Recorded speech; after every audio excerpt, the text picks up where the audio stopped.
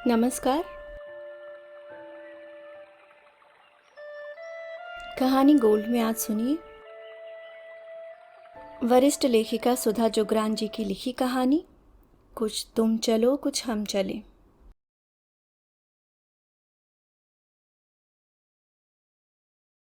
रियाना विचारों के दलदल में गुम थी। खिड़की से बाहर शून्य में निहारती उसकी आंखें स्थिर थीं। रियाना, शमीक की जोर की पुकार सुन वह किचन की तरफ दौड़ी। दूध गैस पर चढ़ाकर वह बेडरूम में गई और स्मृतियों में गुम हो गई। दूध उफन उफन कर पूरे किचन में फैलकर बह रहा था और शमीक गैस बंद करके कमर पर हाथ रखे खड़ा था। तुम्हें कितनी बार कहा कि तेज आंच पर दूध चढ़ाकर इधर उधर मत जाया करो। रियाना का दिल टका सा जवाब देने को हुआ, पर चुप रहकर स्लैब साफ करने लगी। शमीक भी नीचे गिरे दूध को साफ करने को तत्पर हो गया। इंजीनियर एमबीए दोनों कुशाग्र बुद्धि के विद्यार्थियों का पढ़ाई करते समय सिर्फ एक ही ध्येय था, एक अच्छी जॉब पाना। शमीक अगर इकलौता लाडला बेटा था तो रियाना इकलौती लाडली बेटी। इंजीनियरिंग करते समय यह तो नहीं सीखा था ना कि दूध कैसे गर्म करते हैं, लौकी छीलकर काटते हैं या बिना छीले पकाते हैं, प्रेशर कुकर का ढक्कन बिना गास्केट के नहीं लगाते क्योंकि सीटी नहीं बनेगी और जो चढ़ाया है वो जल जाएगा। Corona, lockdown, work from home, ये भी कहाँ जाना था। जिंदगी बिना काम वाली, बिना कुक के, बिना बाहर से खाना ऑर्डर करे भी कभी बितानी पड़ सकती है, ये भी कहाँ सोचा था। ये शिक्षा कहाँ पाई थी कि बाथरूम भी साफ करने पड़ते हैं और बिस्तर की चादर भी बदलनी पड़ती है, सुबह बिस्तर भी ठीक करना पड़ता है। यह सब तो सिखाया ही नहीं गया था ना।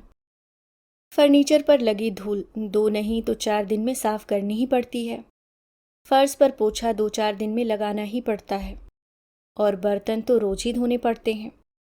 चाय, मैगी और ब्रेड ऑमलेट के सिवाय दोनों को कुछ ठीक से बनाना आता ही नहीं था। बड़ी बड़ी कंपनियों के दोनों मैनेजर इस समय उफने हुए दूध को साफ करते हुए अपने अपने उफानों को दबा रहे थे।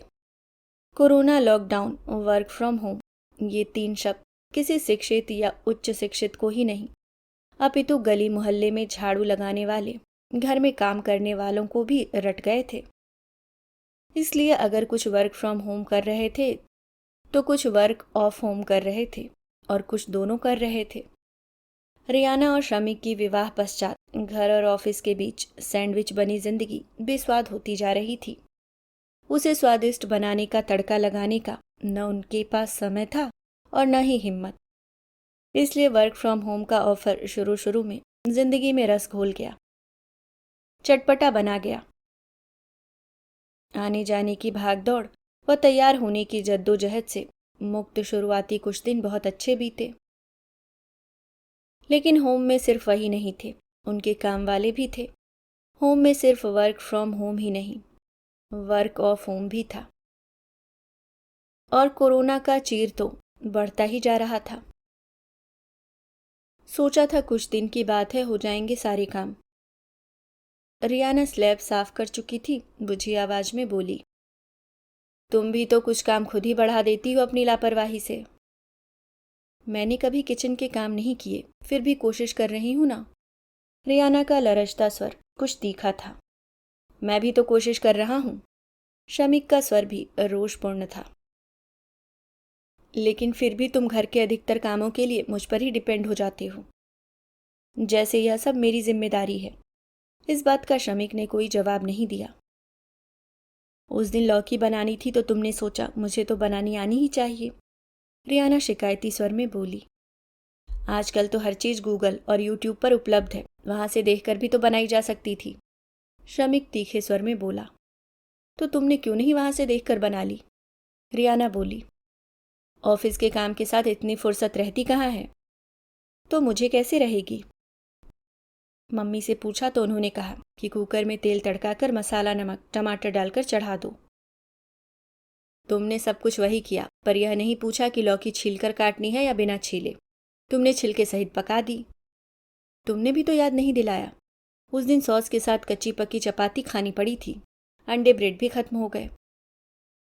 तुम ये भी याद नहीं रख सकते हो, रियाना झुंझलाकर बोली। तुम्हें तो रोटी भी ठीक से बनानी नहीं आती। शमिक ने भी अपनी भड़ास निकाली। तो तुम्हें कौन सी आती है? रियाना चिढ़ गई। मुझे क्यों आएगी? तुम्हें क्यों नहीं आएगी? रियाना ने सवाल दागा।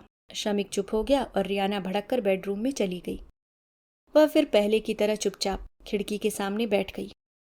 दिल्ली की यह एक धुंध वाली सुबह थी। आज रविवार था। कई महीने हो गए थे और इस दिनचर्या से बुरी तरह थक गई थी। उसने एक नज़र अस्त व्यस्त बिस्तर पर डाली। सुबह दोनों ही इस बिस्तर से उठे हैं, लेकिन बिस्तर ठीक करने की जिम्मेदारी उसी की है। बाथरूम का पॉट साफ करना तो उसे याद ही नहीं रहता। शमिक भी साफ करने की जहमत नहीं उठाता। शमिक पहले नहाता है, वह बाद में, तो जाहिर है बाथरूम में वाइपर उसे ही चलाना है। जिन कामों के बारे में उन्होंने सोचा भी नहीं था वे भी करने पड़ते हैं। सिंक साफ करना, किचन का स्लैब साफ करना, डस्टिंग करना शमिक को काम नहीं लगते। वह सिर्फ मदद करता है और उसी को बहुत समझता है। गीला तौलिया जहाँ तहाँ छोड़ देना, कपड़े धोने के नाम पर जो कपड़े सामने दिखे मशीन में डालो और चला दी। यह जिम्मेदारी नहीं कि रियाना की अलमारी से भी गंदे कपड़े निकाल ले। जब वह मशीन चलाती है तो शमिक की अलमारी खोलकर गंदे कपड़े ढूंढ ढांड कर निकाल लेती है। शर्ट के कॉलर व कफ हाथ से धो लेती है। आखिर जिम्मेदारी सिर्फ उसी की क्यों है और मदद सिर्फ शमिक को करनी है? ऐसा क्यों नहीं हो सकता कि जिम्मेदारी शमिक उठाए और वह मदद करे? मदद करने वाला जितनी चाहे मदद करे, लेकिन जिसके ऊपर जिम्मेदारी है जवाबदेही उसी की हो जाती है। शमिक उस पर जब तब नाराज हो जाता है कि उसे कुछ नहीं आता। उसे ही क्यों आना चाहिए वह समझ नहीं पाती। उसने भी तो 12वीं के बाद बाहर रहकर पढ़ाई की है, उसी की तरह जॉब कर रही है और शमिक की तरह ही बाहर के सभी काम कर लेती है। फिर शमिक घर के काम क्यों नहीं कर सकता? खिड़की के सामने से दिखाई देने वाली बिल्डिंग में निर्माण कार्य चल रहा था। मजदूरों के साथ अक्सर मजदूरनियां भी दिख जाती थीं। तभी उसे सामने से एक मजदूर औरत बोझा ढोती हुई दिखी। रियाना के विचारों की श्रृंखला एकाएक भंग हो गई। क्या फर्क है इसमें और मुझ में? ये भी तो काम कर रही है, घर में जाकर भी पूरा काम करेगी। सोच सोचकर रियाना के अंदर अजीब सी खिन्नता पसर रही थी। प्रेम विवाह किया था उन्होंने, लेकिन इन बातों पर कभी कहाँ गौर किया था। मनपसंद साथी के साथ बस एक मस्ती सी जिंदगी के बारे में सोचा था। मम्मी जब भी कुछ सीखने के बारे में लेक्चर देती, यह आपका ज़माना नहीं है कहकर वह एक कान से सुन दूसरे से निकाल देती। लेकिन सच तो यह है कि व्यवहारिक जीवन में यह इतना सरल नहीं है। जब कोरोना नहीं था तब भी अगर कुक या काम वाली ना आए तो खाना या तो बाहर से मंगाना पड़ता या फिर उसे ही जैसा तैसा बनाना पड़ता। लेकिन ऐसा कभी नहीं हुआ कि श्रमिक ने किसी दिन अकेले ही किचन संभाल लिया हो। तभी उसका मोबाइल बज उठा। मम्मी का कॉल था। उसने फ़ोन ऑन कर हेलो बोला। कैसी है मेरी गुड़िया? ठीक हूँ। मम्मी की आवाज़ सुनते ही उसकी आवाज़ भावुक होकर भीग गई थी। अरे क्या हुआ? तबीयत तो ठीक है ना? मम्मी की आवाज़ में चिंता उतर आई। आजकल वैसे ही कोरोना का डर भी था। नहीं, कुछ नहीं हुआ, तबीयत ठीक है। कहते कहते वह रो पड़ी। मम्मी ने उसे थोड़ा रोने दिया। कुछ देर रोकर रियाना चुप हो गई। अब बता क्या बात है? शमिक से झगड़ा हो गया क्या? फिर क्या बात है बेटा, मुझे बता। रियाना थोड़ी देर चुप रही, फिर बोली। वह सब बोलती रही और मम्मी सुनती रही। आप ही बताओ मम्मी, सब मेरी जिम्मेदारी है क्या? मुझे कुछ ठीक से बनाना आता ही नहीं है। तो शमिक ताना मार देता है। एक दिन कह रहा था कि मैं अपने पेरेंट्स को इसलिए नहीं बुला पाता हूँ क्योंकि तुम्हें कुछ बनाना ही नहीं आता, और कुक भी इतना बुरा खाना बनाता है कि वे खा नहीं पाएंगे। फिर मम्मी को काम करना पड़ेगा। आप ही बताओ मम्मी कि मुझे ही क्यों और कैसे आना चाहिए? लेकिन कुक को गाइड भी तो किया जा सकता है। मम्मी ने रास्ता सुझाया। लेकिन वह भी मुझे ही करना है। मम्मी ने लंबी सी हुंकार भरी। उस दिन प्रेशर कुकर में बिना गास्केट लगाए ही मैंने दाल चढ़ा दी। सारी दाल जल गई थी। कितना गुस्सा हुआ था शमिक। कहा कि मैं कितनी लापरवाह हूँ, मेरी वजह से फ्लैट में आग लग जाती। मुझे ये क्यों पता होना चाहिए सब कुछ, उसे क्यों नहीं? हाँ, बात तो ठीक है। रियाना क्योंकि रो रही थी इसलिए मम्मी ने उसकी हाँ में हाँ मिलाई। वे थोड़ी देर उसके चुप होने का इंतजार करती रहीं, फिर धीरे से बोली, लेकिन ज्यादा नहीं तो थोड़ा बहुत घर के काम की आदत तो तुम्हें भी होनी चाहिए। बाहर का भी कब तक खाओगे? और पूरी तरह से कुक के भरोसे भी कहाँ चलता है। वे आगे बोलना चाहती थी कि यह कहाँ लिखा है कि लड़की अगर नौकरी कर रही है तो उसे घर के साधारण काम भी नहीं आने चाहिए और लड़का सिर्फ बाहर के ही काम करे। घर या किचन के काम की उसकी कोई जिम्मेदारी नहीं है, लेकिन इस समय कुछ कहना रियाना का मूड खराब करने जैसा था, इसलिए चुप रही। ठीक है बेटा, अपना ख्याल रखना, फिर कॉल करती हूँ, कहकर मम्मी ने फोन ऑफ कर दिया। सोमवार से दोनों का ऑफिस शुरू हो गया। देर से सोकर उठते और ऑफिस टाइम शुरू होते ही दोनों अपने अपने लैपटॉप में घुस जाते। घर किचन सब अस्त व्यस्त पड़े रहते। रियाना जो थोड़ी बहुत कोशिश करती भी थी, अब जिद में आकर नहीं कर रही थी। शमिक भी रियाना की जिद देखकर जिद में आ रहा था। अभी दोनों इस शीत युद्ध से गुजर रहे थे कि एक शाम को शमिक के मम्मी पापा अचानक आ धमके। वे फरीदाबाद में रहते थे। अरे मम्मी पापा, आप लोग अचानक? फोन भी नहीं किया। कोरोना के समय इतना खतरा क्यों मोल लिया? कोरोना अपनी जगह पर और बच्चों का मुंह अपनी जगह पर। तुम्हारी बहुत याद आ रही थी, बहुत दिन हो गए थे देखे हुए। फोन करते तो तुम आने के लिए मना कर देते। शमिक की मम्मी चित्रा सोफे पर बैठते हुए बोली।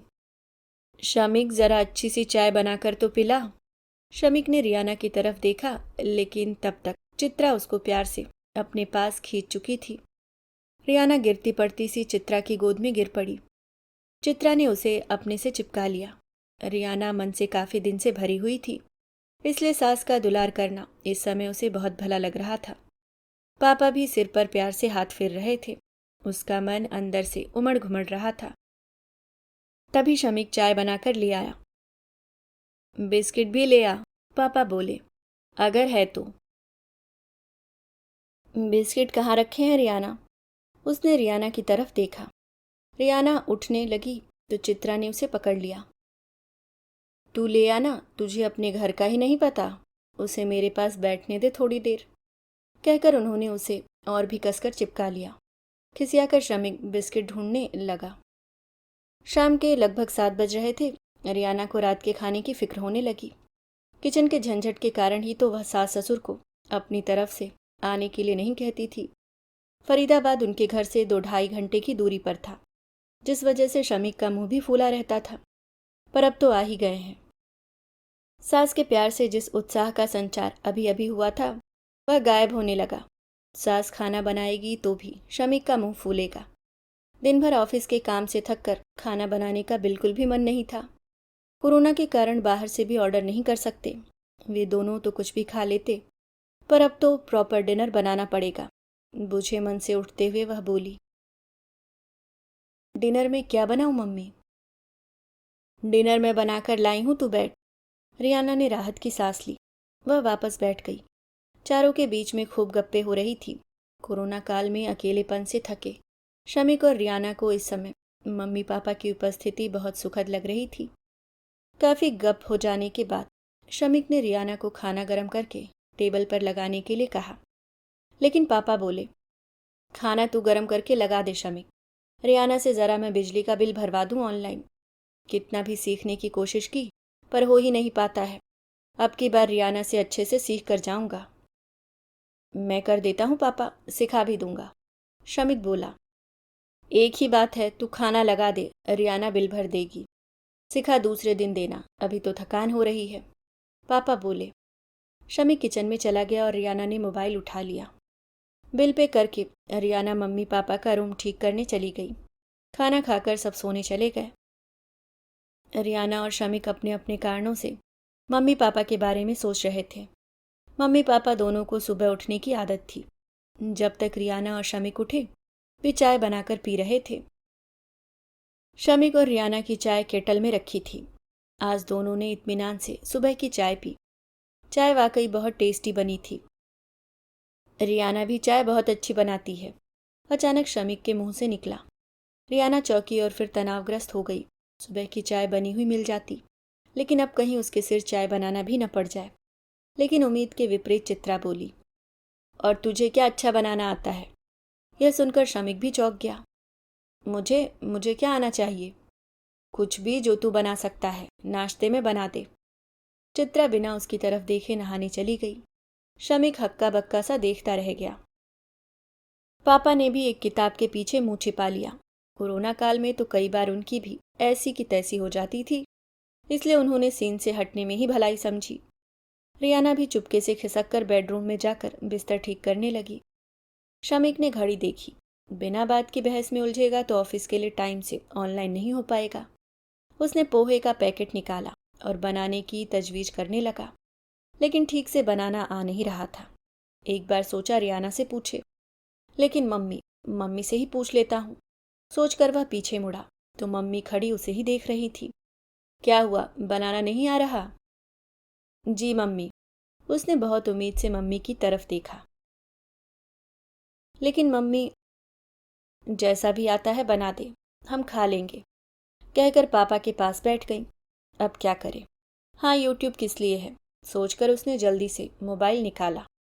थोड़ी देर में यूट्यूब से देखकर आखिर पोहा बना ही लिया। पोहा वाकई स्वादिष्ट बना था। सबने बहुत चाव से खाया। शमिक को आज खुद नाश्ता बनाकर अच्छा लग रहा था। हल्की फुल्की चीजें बनाना इतना भी मुश्किल नहीं है, उसने सोचा। नाश्ता निपटाने के बाद तैयार होने बेडरूम में गया तो सब कुछ व्यवस्थित था। उसकी शर्ट भी रियाना ने अपने कपड़ों के साथ प्रेस कर दी थी। वाह, इतना बुरा अनुभव भी नहीं रहा नाश्ता बनाना। वह जल्दी से बाथरूम में घुस गया।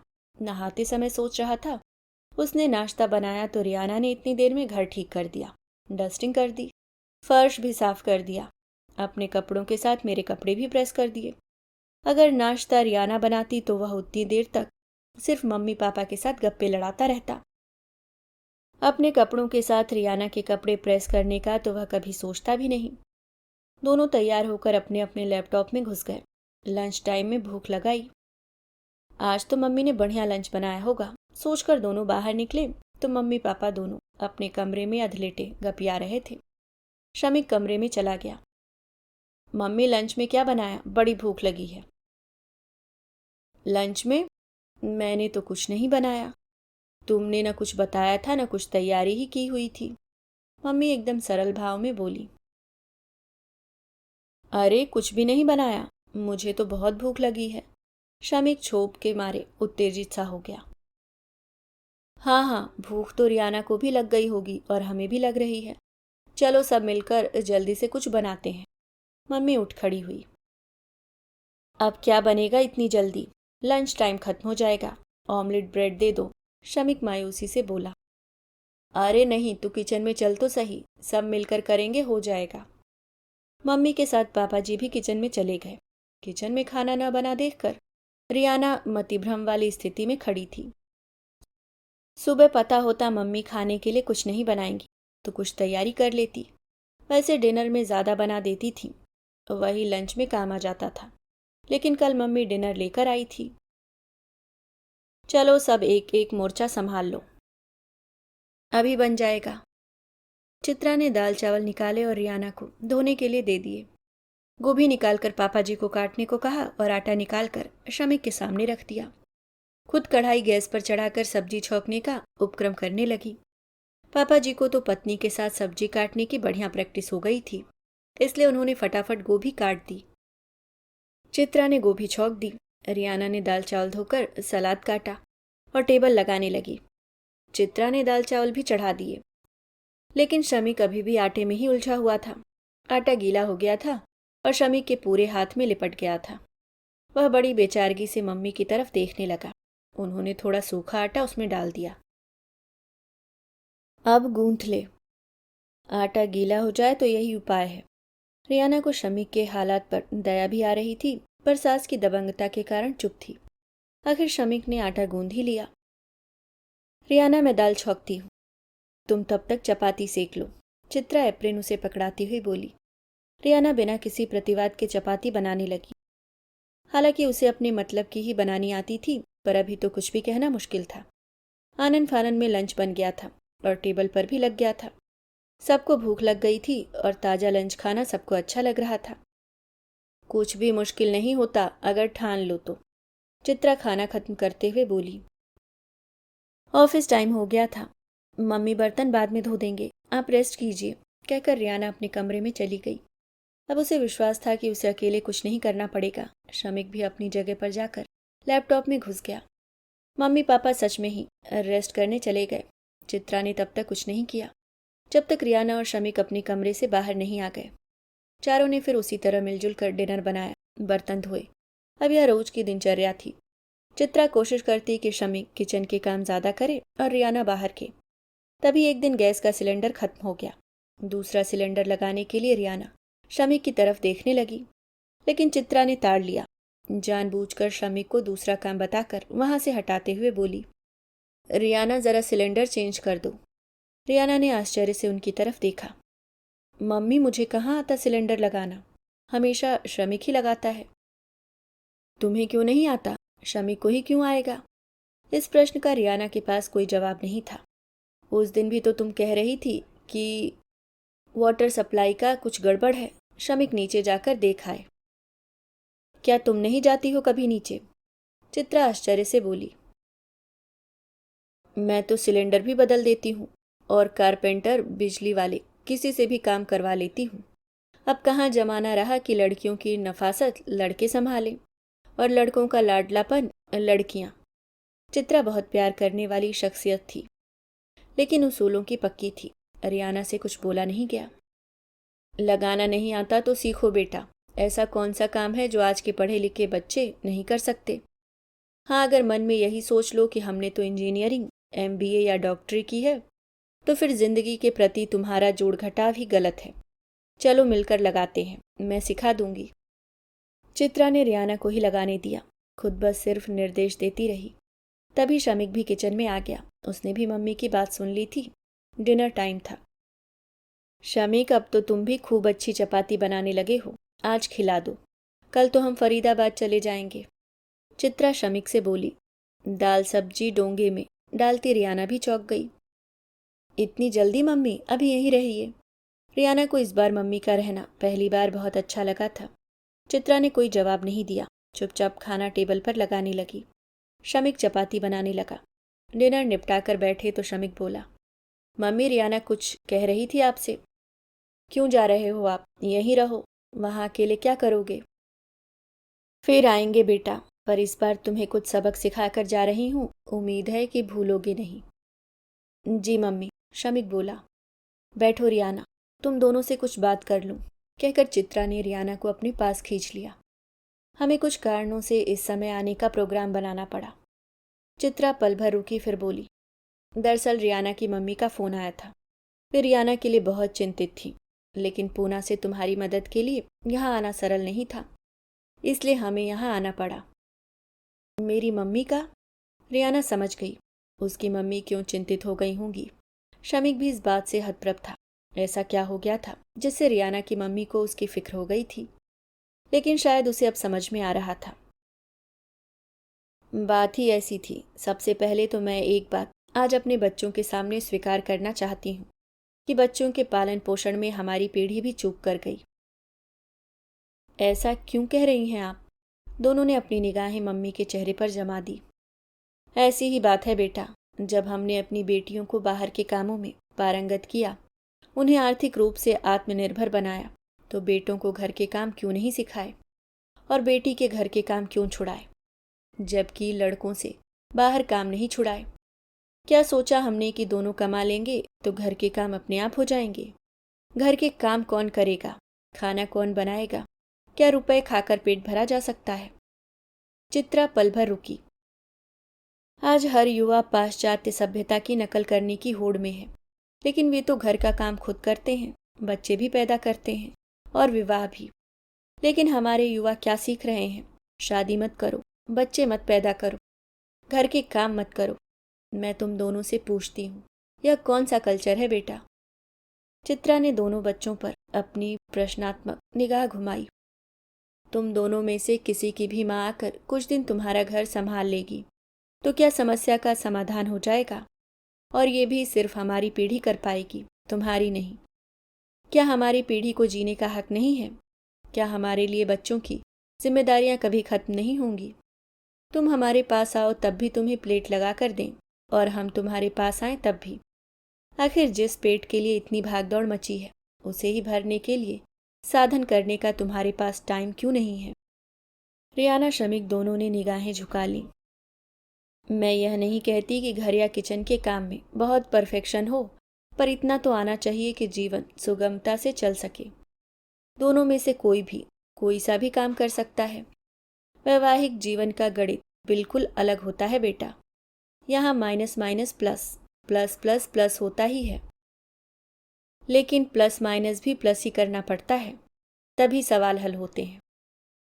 शमिक, मैं पहले तुमसे पूछती हूँ, किचन के व घर के काम के नाम पर पत्नी की ही तस्वीर क्यों उभरती है जेहन में?